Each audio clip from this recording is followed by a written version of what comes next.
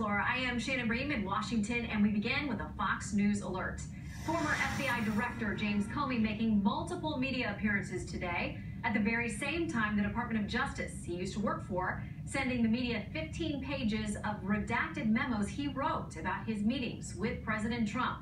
Meanwhile, the Justice Department's Inspector General has sent a criminal referral about fired FBI Deputy Director Andrew McCabe to federal prosecutors here in Washington.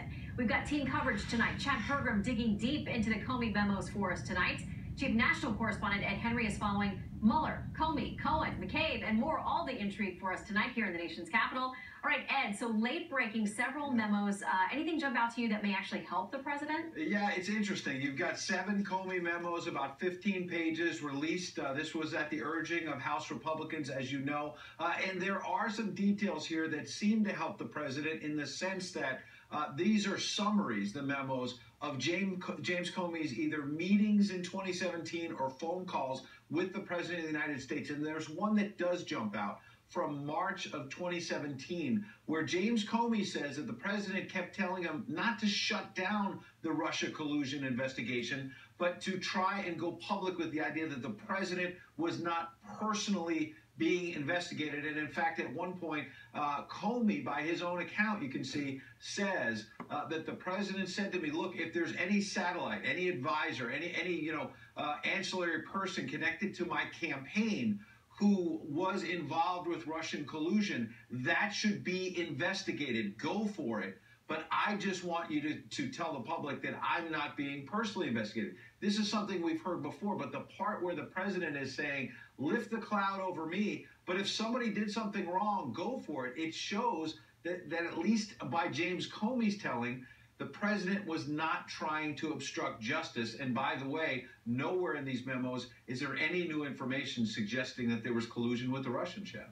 All right, so Ed, there's another Comey memo that seems ironic now, given what happened to Andrew McCabe today. Tell us about that. Yeah, this is another one where if you look at the quote, I'm looking down to try to find it, where basically in January of 2017, they had a meeting. Remember, they had this dinner in the green room. We've heard about this before because remember, Comey leaked some of these memos, which Republican Charles Grassley says has classified information. And we know that there's some classified information because the versions we have are redacted. They're blacked out because there's sensitive information in here. And yet James Comey not just put the memos together with classified information, but leaked some of them out. And here's the key part.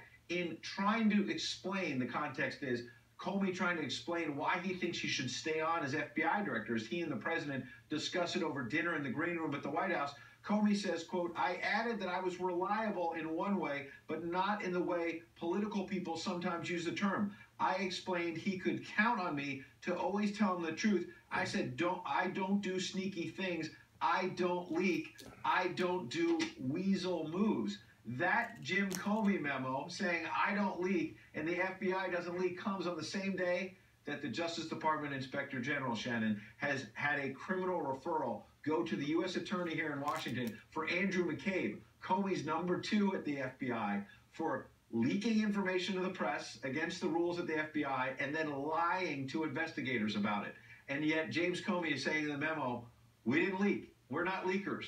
And yet this very same day, we're learning that McCabe is in criminal jeopardy. Now, McCabe's camp is telling us tonight that they think there will never be criminal charges brought by the U.S. Attorney and that he'll be vindicated. But he is in criminal jeopardy tonight for leaking and lying, Shannon. Okay, so what about Rod Rosenstein? What are you learning about details about what he may have told the president in the Oval Office last Thursday with respect, we think, to the Michael Cohen investigation? Yeah, well, last Thursday we knew that there was a meeting between the Deputy Attorney General and the President in the Oval Office. We didn't have all the details. Tonight, it's breaking through that, yes, they talked about the Mueller probe, which Rosenstein oversees, as well as Michael Cohen. And those raids of his office and home.